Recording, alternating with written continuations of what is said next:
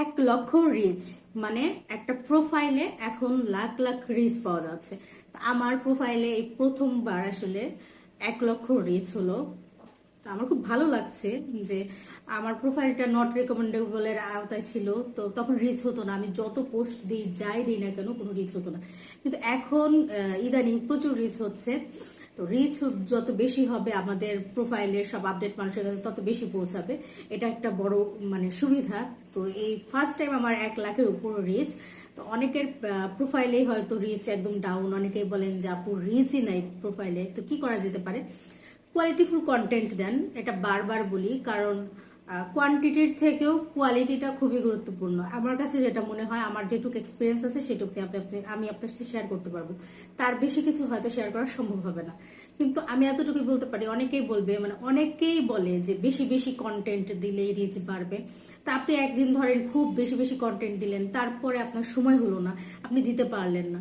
তো ওইভাবে না করে আমার মনে হয় নিয়ম করে যে আমি প্রতিদিন এই টাইমে একটা কন্টেন্ট বা ভিডিও দিব, সেটা হোক সপ্তাহে 3 দিন বা 4 দিন, বা ডেইলি একটা করে কন্টেন্ট, ভালো একটা ভিডিও বা ভালো একটা পোস্ট বা যে কোনো একটা কিছু দিব। এতে আমার মনে হয় রিচটা আরো বেশি বাড়ে। তো আমরা যদি অতিরিক্ত কোয়ান্টিটি এটা ব্যবহার করি, যে অনেকগুলা ভিডিও দিলাম একসাথে একবারে, তাতে আমার কাছে মনে হয় কি এতে আরো অডিয়েন্সের যে দেখার যে আগ্রহটা সেটা কমে যায়। আপনার ভিডিও দেখার যে অডিয়েন্স যারা দেখবে তাদের হয়তো সেই অ্যাট্রাকশনটা কাজ করে না। কারণ একটা ভিডিও যদি আমরা খুব সুন্দরভাবে এডিটিং করি, খুব সুন্দরভাবে গুছিয়ে উপস্থাপন করি, সেটা মানুষ যত সুন্দরভাবে দেখবে, সেটা কিন্তু অবশ্যই আমি প্রতিদিন হজবরল ভিডিও দিলাম আন্দাজে, যত যা পাই তাই ভিডিও দিলাম, আসলে এটা কিন্তু একটা কন্টেন্টের আওতাভুক্ত হয় না। একজন ক্রিয়েটর তার কন্টেন্টে অবশ্যই একটা তথ্য থাকবে, তথ্য না থাকুক একটা বিনোদন থাকবে, বিনোদন না থাকুক একটা কিছু থাকবে।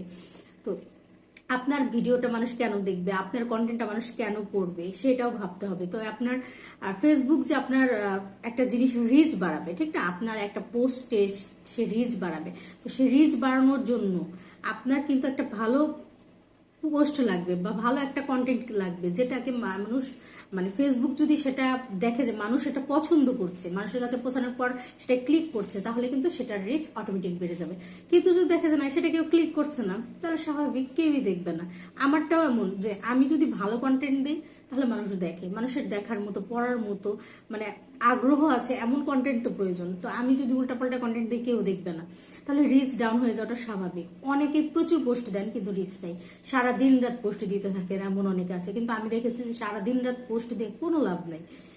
আপনার সবসময় একটা জিনিস, যে আপনি কোয়ালিটিফুল একটা জিনিস বছরে একবার কিনেন, একবার খান, একটা যে কোনো কিছু নেন, কিন্তু সেটা কোয়ালিটিফুল হলে সবারই আগ্রহ থাকবে। আপনার কোয়ান্টিটি, পরিমাণের থেকে ভালো জিনিসের মূল্য কিন্তু বেশি। তো এই জিনিসটা মাথায় রেখে যদি আমরা ভিডিও আপলোড করি বা প্রতিনিয়ত যে কোনো আপডেট দেই, তাতে আমাদের রিচ বাড়বে। তো সবাই আমার জন্য দোয়া করবেন, শুভকামনা রইল আপনাদের জন্য। তো অবশ্যই ভালো থাকবেন। আল্লাহ হাফেজ।